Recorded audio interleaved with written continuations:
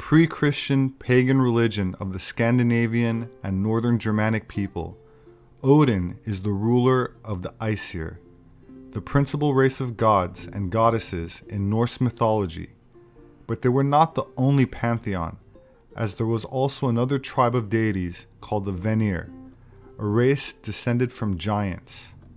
The Aesir and Vanir fought against each other, but in the myth both sides do fight in a war which ultimately unites both pantheons into one. The Aesir were said to live in Asgard, located on the sunniest branch of the Yggdrasil, an immense mythical tree which held together the 9 worlds by its branches and roots, and connected the Vikings living in the world of men with the fantastic worlds of the gods and giants. Scholarly opinions regarding the precise meaning of the name Yggdrasil vary, but in the most accepted version, the first element in Yggdrasil's name, YGGR, means the Terrible One, and in this context is attributed to the god Odin, as one of his many names, indicating how powerful and fearsome the Vikings perceived him to be. I've also seen it defined as death. The second element, Drasil, has a dual meaning of both horse and gallows, which is a wooden structure traditionally used to hang criminals. So it either means horse of Odin or deadly gallows. So in the context of the myth, Yggdrasil is both the gallows upon which Odin hung himself and the mount that he rode on his journey through the 9 worlds. Odin hung on the tree for 9 days, so he rode the tree for 9 days and nights after pinning himself to it with his own spear, forbidding the other gods from helping him, staring into the dark waters below, after which he gains the knowledge he searched for, the secret of the runes. In the Poetic Edda, a collection of Old Norse poems from the Icelandic medieval manuscript called the Codex Regius, or Royal Book, Odin describes how he once sacrificed himself to himself by hanging on a tree. Quote, "I know that I hung on a windy tree 9 long nights, wounded with a spear, dedicated to Odin, myself to myself, on that tree of which no man knows from where its roots run." Odin goes on to say that he had no food or drink there, peering downward, and that, quote, "I took up the runes, screaming, I took them, then I fell back from there." The runes were more than just a writing system. They were also used for purposes of magic. Evidence of this is documented in many non-linguistic inscriptions carved on swords, staves, and other items used as a sigil. One example is the runic charm word alu, found in numerous Elder Futhark runic inscriptions of Germanic Iron Age Scandinavia between the 3rd and 8th century. The symbols represent the runes Ansus, Lagus, and Urus. This gold medal, dating to around 400, was discovered in Sweden and simply reads Alu on the top left, with a swastika on the bottom center. Technically, it is called a bracteat, and today is located in the Swedish History Museum in Stockholm, Sweden. This bracteat was discovered in Denmark and also has an Alu inscribed on it, as well as the word Hawas, which has been interpreted as corresponding to Old Norse Havi, the High One, a name of Odin. There are many other examples of gold amulets used as magical charms, as well as stones used in runic divination and means of reading omens. The Ansus and Tiwaz runes in particular seem to have had magical significance in the early period.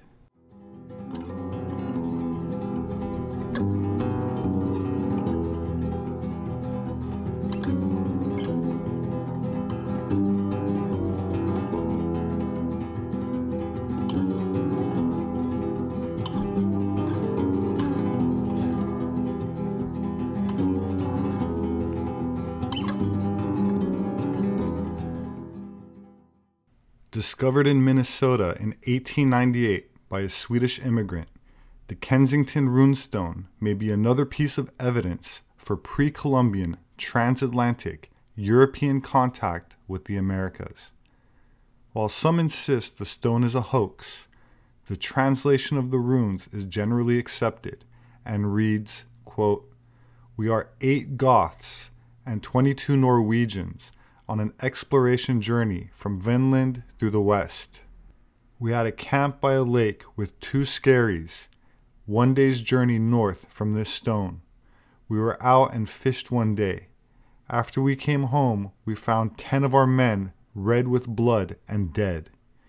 Ave Virgo Maria, or Hail Virgin Mary, save us from evil. We have 10 of our party by the sea to look after our ships, 14 days' journey from this island, year 1362.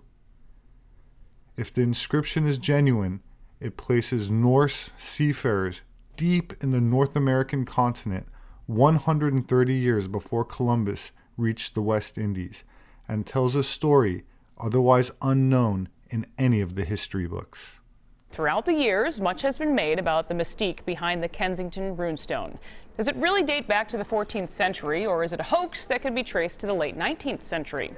In this week's Finding Minnesota, John Lawrenson visited the Kensington runestone in Alexandria and learned about a new test that could shed light on an age-old debate.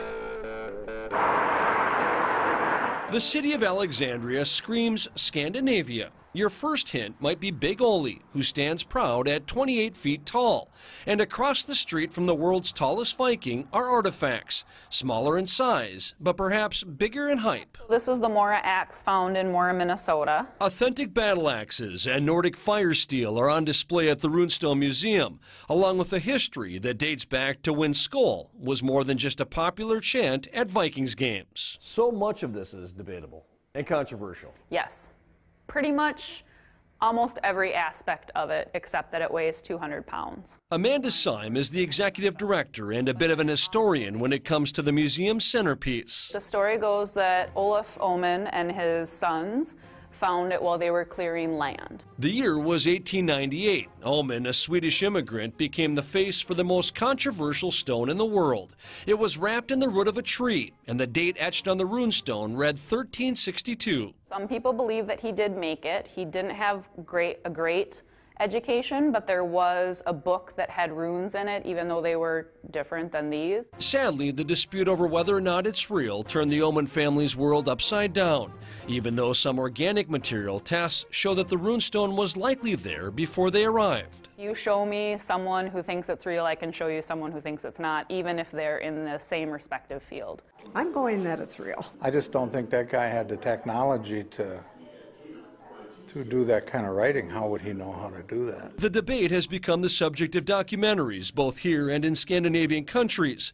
A Swedish group who has performed authenticity tests is making plans to do a new test on the whetstone that many believe was used to do the carving.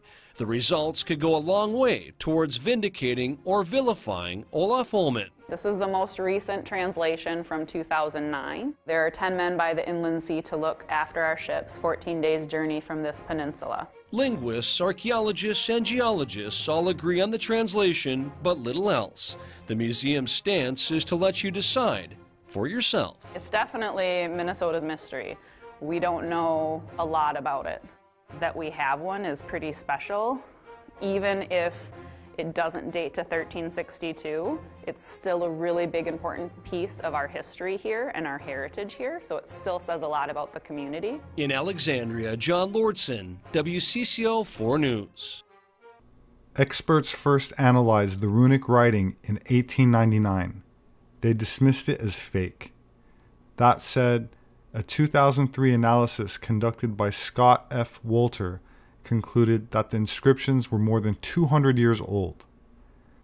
The main argument for the Kensington runestone being a hoax is that the writing and language of the text are questionable, meaning scholars cited too many discrepancies in form and vocabulary from known languages of 14th century Scandinavia. Since I don't speak any Scandinavian languages myself, I did some research and stumbled across a short video on runic writing which I found interesting, so I thought I would include it here before I continue the presentation about Odin. The runic system that was used in Anglo-Saxon England and Scandinavia before the arrival of Christian missionaries was rarely employed for writing extended texts, mainly just inscriptions and such like. Once the missionaries arrived, though, it didn't take long for the new converts to come up with the idea of using the Latin alphabet for writing down not just Latin, but also their own language. Just one problem. Or maybe a couple actually. There were some sounds in the various Germanic languages that just didn't exist in Latin, so there were no letters to use to write them down. For instance, both the voiced th, as in modern English either, and the voiceless th, as in ether, didn't exist in Latin, though a similar sound from ancient Greek was represented as th in Latin contexts. In early Old English manuscripts, the sound was represented as the digraph, that's two letters together making one sound, th, or simply as the letter d. But eventually a diacritic stroke was added to that letter D to differentiate it from a regular letter D, to make a symbol we now refer to as eth. And a little later, another solution to this missing sound also began to be used. One of those old runic characters, the thorn as it was called in Anglo-Saxon, or thurs meaning giant or ogre in Old Norse. You see, though the runic writing system is an alphabet representing sounds, not an ideographic system, the characters have meaningful names. These two characters, either eth or the runic thorn, could be used for either th or th. Old Norse manuscripts followed suit with first the letter thorn and a little later the eth, with the added twist that thorn came to be used only as the initial letter in words, and eth in other positions, whereas in Old English the letters were used interchangeably. Another runic character was pressed into service as well, the win, meaning joy, to represent the w sound. In Latin, the letter u was used for both the vowel u and the consonant w. Actually, in the earlier Old English manuscripts, the letter u was used for w, but eventually, to avoid confusion between the vowel u and the consonant u, the runic win was adopted.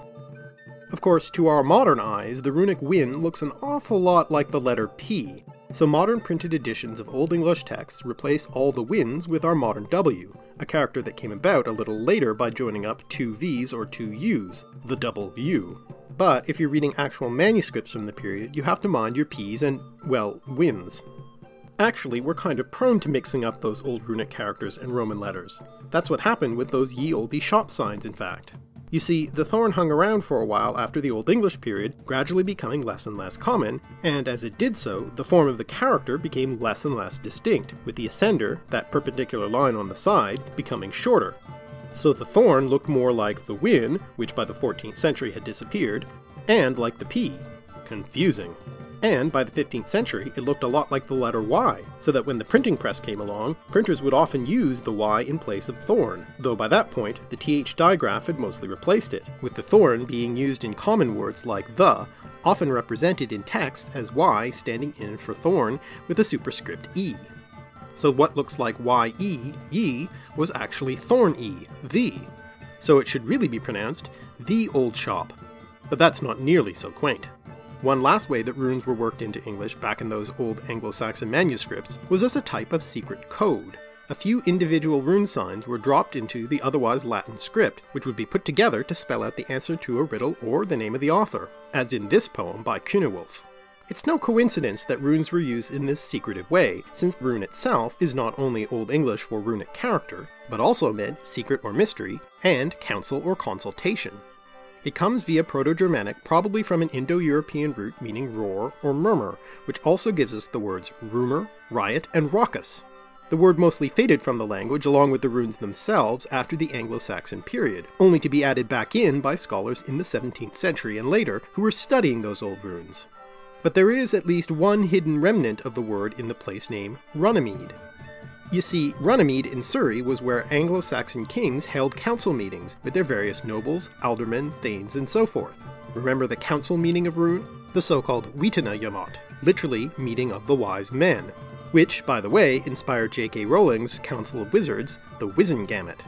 So Runnymede literally means Rune Island Meadow, and it's therefore appropriate that in the year 1215, the feudal barons of England, who were, I suppose, raucous and ready to riot, buttonholed King John and forced him to accept the Magna Carta, which limited the powers of the tyrannical king.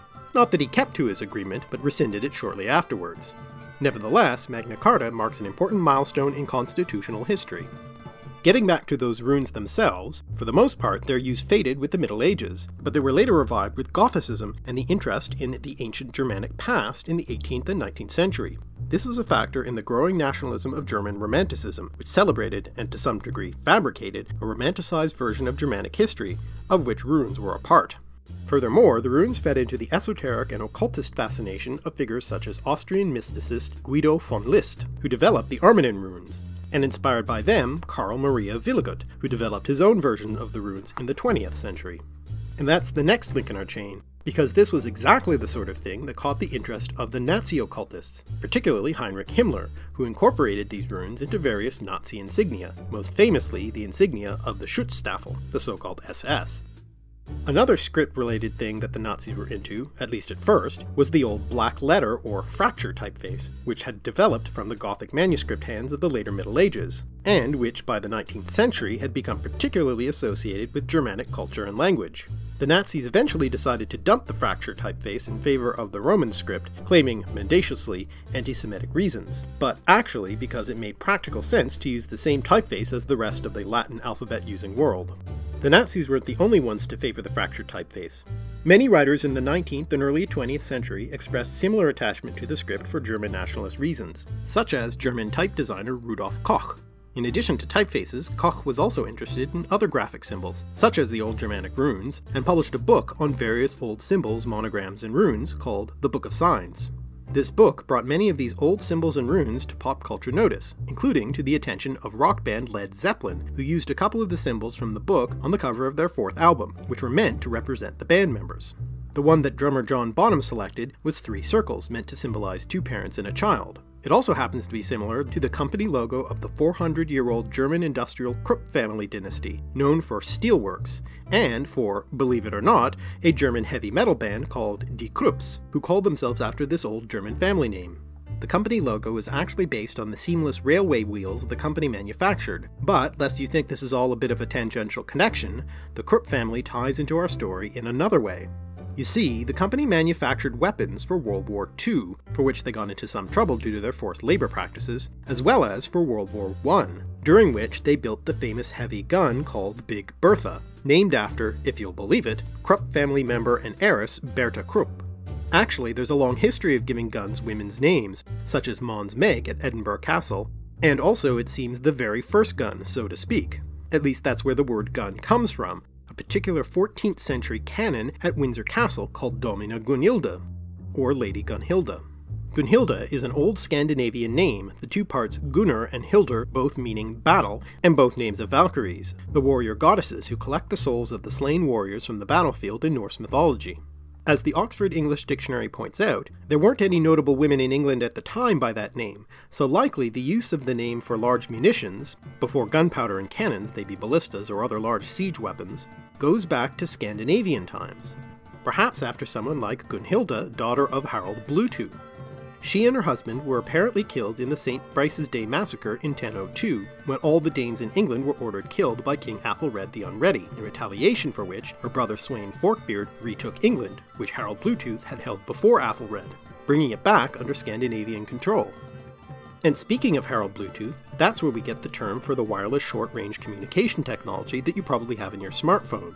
You see, Harald was also known for uniting the warring Danish tribes into a single unified kingdom. In fact, the Jellings runestone I've used as the background for this video was raised by Harald to commemorate his unification of Denmark and Norway. And on that basis, Swedish telecommunications company Ericsson picked his name for a technology that was intended to unify the, at the time, disorganized communications protocols, uniting them into one standard. Oh, and the symbol for that unifying technology? It's based on the runic symbols for the initials of Harald Bluetooth. Piecing together the Scandinavian history, especially concerning the Vikings, can be complicated because much of the archaeology is contested and direct sources are limited. Much of what we know comes from indirect sources, in other words, not from the Vikings themselves, but from others who wrote about them. One example of a contested and controversial artifact is this Viking belt that appears to display Allah, the Islamic word for God, inscribed on it. While some have proposed that this is just a design pattern and has nothing to do with Islam, I would argue that there was more contact than most people are aware of, especially during the time when Spain fell under the control of Islam. Vikings would raid Spanish cities such as Lisbon or Seville in 844, and although Muslim armies generally expelled them, some of the Vikings did in fact convert to Islam, settled in the region, and went into the cheese trading business. In Ibn Fadlan and the Land of Darkness from the year 900, it describes that after the Vikings' conversion to Christianity, quote, "Then they desired to become Muslims, that it might be lawful for them to make raids in holy war, and so make a living by returning to some of their former practices." It also said that, quote, "They, the Vikings, are generous hosts, treating their guests well." While it might be surprising to some that Vikings and Muslims could get along, keep in mind that the Islamic forces that first invaded Spain from North Africa were Berber Moors, which despite modern Afrocentric propaganda, the Berbers were a Caucasian people that shared genetic affinities with the Northern Europeans.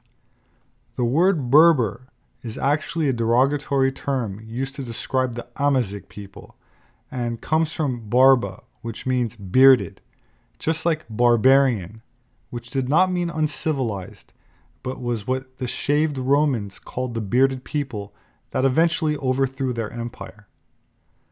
Berbers traditionally had beards long before Islam, a topic which I already covered several times, and a feature that extends to pharaohs of Egypt and the earliest Aryan nobility of the Middle East. Needless to say, the Vikings were also very attracted to blonde Berber women. According to other Muslim accounts, quote, "Eventually, a community of settled Vikings who converted to Islam in southeast Seville would be famous for supplying cheese to Cordoba and Seville." Now, the reason I'm including this story is not because of how much I like cheese, which I do, but because of the fascinating words the Muslims used to describe the invaders, because they did not call them Vikings. In some instances, they called them jinns, which literally translates to smokeless fire, but in this context probably means something like demons. But what they really were known as were the Magus. A letter from Wab Allah ibn Hazam, a governor at Lisbon, describes how, quote, "The Magus arrived in about 80 ships. One might say they had, as it were, filled the ocean with dark red birds." According to one of the Islamic works by Ibn Diyah, Al-Ghazal took costly presents with him on board and sailed in his own ship along with the Magus ship. They sailed to where the king resided. It was a great island in the ocean, and in it were running waters and gardens. It is a large country, and it takes several days to pass through it. So in Arabic, they called the Vikings Al-Magus, which might sound familiar to you as in the Magi, the magician priest class in Zoroastrianism and the earlier religions of the Western Iranians, or Aryans, of ancient Mesopotamia, Anatolia, the Caucasus, and the steppes of southern Russia, and even ancient Mongolia and parts of China. If you're wondering what happened to the presentation about Odin, don't worry, we're getting to that. Northern Europeans are among the highest concentration of lactose-tolerant people in the world, meaning the majority of the population can digest milk and dairy products as an adult, a genetic trait that was introduced to Europe from the East, and by the same blue-eyed people that domesticated and introduced cattle and horses to Europe.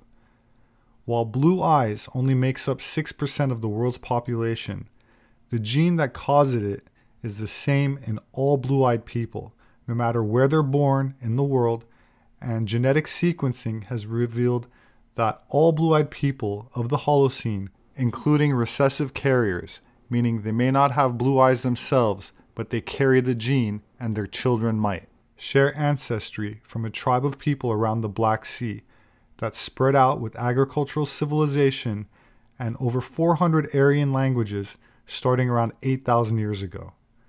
So it isn't only the domesticated animals, such as oxen and horses, that the Aryans introduced to India in the east and Europe in the west. It isn't just the Indo-European languages that the Aryans disseminated.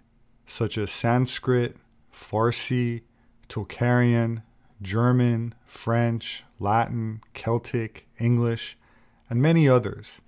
It isn't just the genetics, such as lactose tolerance and blue eyes, which are apparent in the Sumerian and Babylonian blue-eyed statues of their nobility, or the statues of pharaohs and nobility of ancient Egypt, or the depictions of the blue-eyed Buddha, an ethnic Aryan whose philosophy was spread to 3/4 of Asia. It isn't just the symbology, such as the swastika we find buried with 4,000-year-old blonde and red-headed Tocharian or Aryan mummies along the Silk Road of China. Incidentally, the same symbol the Vikings revered and etched on their artifacts, swords, and incorporated into the runes themselves.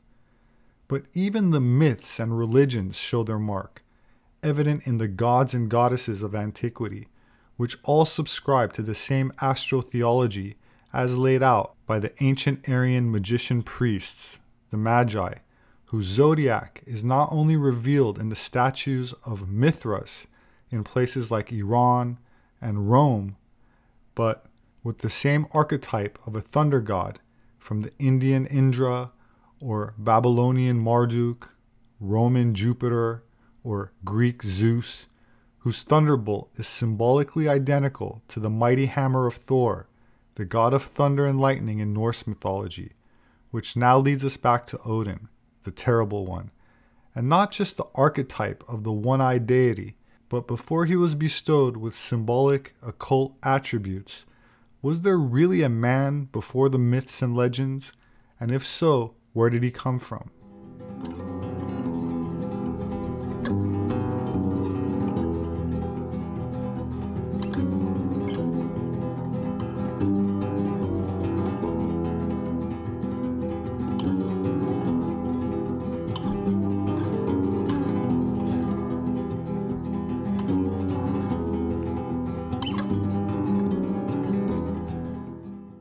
Archaeologist and historian Thor Heyerdahl of Kon-Tiki fame has garnered considerable evidence to support the theory concerning ancient migrations into Scandinavia from the region generally known as the Caucasus and steppes. Heyerdahl speculated that Odin, commonly thought of today as a mythical Norse god, was a historical person who founded the Norwegian-Swedish royal dynasty. Heyerdahl first began forming his hypothesis after visiting the petroglyphs of Gobustan, an ancient cave dwelling found 30 miles west of Baku, capital of Azerbaijan, which is famous for its rock carvings, some of which date back at least 5,000 years. The sketches of sickle-shaped boats carved into these rocks closely resemble rock carvings found in his own native Norway. Determined to prove that early man could have crossed the ocean in reed boats, Thor Heyerdahl sailed a reed boat 3,270 sea miles in 57 days in 1970. Years later, he stumbled upon correlations between Scandinavia and the Caucasus, noting that Norwegian mythology tells that the Nordic god Odin moved with his people to Norway from a land called Aesir, whose description matches the Scythian region east of the Caucasus Mountains and the Black Sea. Is this story mythology, or could it have been based, at least in part, on actual history? Scythian is one of the names of the Aryans that lived all across the steppes, which is the name of a large area of flat, unforested grassland stretching from Mongolia and Russia to southeastern Europe, all the way into parts of Hungary. Incidentally, Hungary gets its name from the Huns, another tribe that entered Europe from Central Asia and the Caucasus, who conquered the Alans and various other Scythian tribes, which are all names for ancient Aryans, which entered Europe in several waves from east to west. A large part of European history involves migrations from the east, such as Catalonia, which derives its names from Goth Alania, land of the Goths and Alans, which were Aryans, an Rh-negative dense population in present-day Barcelona, Spain, or The Celts, which according to Irish annals descend from the Scythians, who allegedly descend from Magog, the son of Japheth, a son of Noah, whose ark settled on Ararat, a mountain in the Caucasus. Both biblical history and pagan mythology seem to be supported by the archaeological and genetic evidence, even if it's downplayed in the media. The Search for Odin is the project title of Thor Heyerdahl's last series of archaeological excavations, which took place in Russia. His intention was to prove the validity of Icelandic sagas written in the 13th century about the Norse royal dynasties and the pre-Christian Norse gods. Written in Old Norse by the Icelandic poet and historian Snorri Sturluson, the original legends date back several centuries earlier and concern the history of the Norwegian kings from a mythical prehistoric age where the kings of Norway descend from this royal house of Sweden. In the initial stanzas of the poem, Asgard is the capital of Asaland, a section of Asia east of the Don River flowing into the Black Sea. Odin is the chief of Asgard. From there he conducts and dispatches military expeditions to all parts of the world, never losing a battle. As the story goes, Odin led a section of the Aesir to the north, looking for new lands on which to settle, up the Don River to Saxland, which is Germany, and then to Scandinavia. Large portions of the saga are clearly mythical, as Odin is a sorcerer, speaks only in verse, has a ship that can be rolled up like a tablecloth when not used, and relies on 2 talking ravens to gather intelligence. That said, findings published this week in the journal Nature reported data from a genetic study of 442 Viking remains from a burial site dating between 2400 BC and 1600 AD, which resulted in headlines such as, quote, "New Viking DNA testing shows nearly all of them were part Asian." Of course, when we're talking about over 4,000 years ago, Asian takes on a completely different context, as there were blonde and red-headed Chinese mummies that predate the arrival of modern East Asian phenotypes by over 1,000 years. Asian in this context means Aryan, or bearded Caucasoid, rather than Mongoloid, who to a large degree lack facial hair. My apology for using an outdated term, but I want to be clear to my subscribers, as this distinction is not properly explained in most of the mainstream articles. In a statement, Esk Willerslev, the lead author and director of the Lundbeck Foundation Geogenetics Center at the University of Copenhagen, said, quote, "This study changes the perception of who a Viking actually was. No one could have predicted these significant gene flows into Scandinavia from Southern Europe and Asia happened before and during the Viking Age." I think it's safe to say that Dr. Willerslev has never heard of Thor Heyerdahl and seems oblivious to any archaeological conclusions held from before World War II. Do these genetic findings conclusively prove that Odin was a flesh and blood chieftain that led a mass migration into Scandinavia? No, not directly.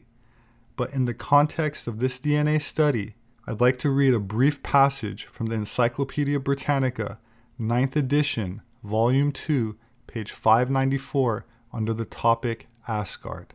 Quote, "The historical explanation of Asgard, as given by the early northern authorities, is that in the country called Asaheim, to the east of Tanigvis, the Tanis or the Don, in Asia, there was a city, Asgard, in which ruled a great chief known as Odin or Woden, who presided over religious sacrifices which were held there. He and other Sarmatians or Caucasian chiefs left their settlement on the Black Sea and wandered forth in search of new and independent homes, to the north and west to the primary Asiatic seat of their tribes. Odin, foreknowing that he and his posterity would occupy the northern lands, left Asaheim with a vast multitude of followers, and wandered first westward to Gardarike, which is Russia, and afterwards to Saxland, North and East Germany. After some time he proceeded northward, till at length he came to Malar Lake in Sweden, where they settled at a place known as Sigtuna, the present Uppsala. His 12 dyer, or chief priests, in the course of time founded states for themselves, and everywhere set up the laws and usages which they had followed in Asheim. Here we have a historical link with the mythic story of Odin's halls in Asgard and his 12 attendants, Aesir. It is not improbable that the traditionary records of such earlier migrations had lingered among the people dwelling on the shores of the Euxine, for it is certain that, whatever may be the age of Odin's appearance in Scandinavia, previous waves of population had passed from the Black Sea to the Baltic and cleared the way for the reception of that highest phase of Aryan civilization brought to Northern Europe by Odin and his followers. My name is Robert Sepehr. I'm an anthropologist. My published work is available on Amazon, as well as through various other major book outlets. They make a great gift. If you would like to support my work, you can do that through patreon.com. There should be a link in the description section for those who are interested. I appreciate it. Thank you. Please hit the like button and don't forget to subscribe for future updates. As always, I look forward to reading your comments, so please leave me your thoughts below. Please have a wonderful weekend, and I hope to see you again soon.